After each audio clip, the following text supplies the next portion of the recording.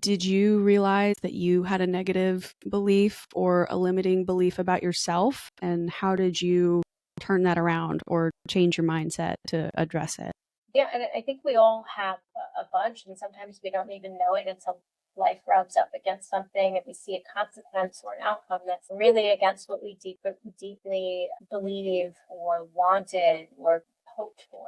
And so I know that in the past it was very much like, be a good girl, don't upset anybody, just do what you're told. And that turned into, and the interesting part is like me as a person, I'm generally speaking gonna call things out as I see them, right? And that was kind of frowned upon growing up. Don't make any noise, don't cause a fight. And in that sense, I didn't really have, I think, a space to practice using my words, to be assertive, and to also be okay with whatever the outcome is. Because sometimes we do need to stick up for ourselves, or there's an aspect of, I have something to say here, I need my mouth. So that was one that I learned earlier on in my life. And so it's like whenever I get to do things like this, it's like, wow, I'm kind of acknowledging that little girl that didn't get to do that. So this is really special for me to just be here. I wanted to kind of tell you that, share that with you. And then I think another one, which it's very interesting because I don't want to say that this is like a blanketed kind of thing, but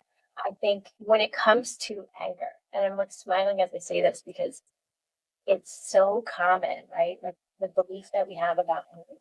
Be angry. And the truth is, it's like we need all of our emotions, but we need anger because that's the fire. That's what fuels the fire for change. That's what fuels the fire for sticking up for yourself, right? And if we don't allow ourselves to have our anger, then we're just going to continue to accept things as they are or Mhm. minimize or invalidate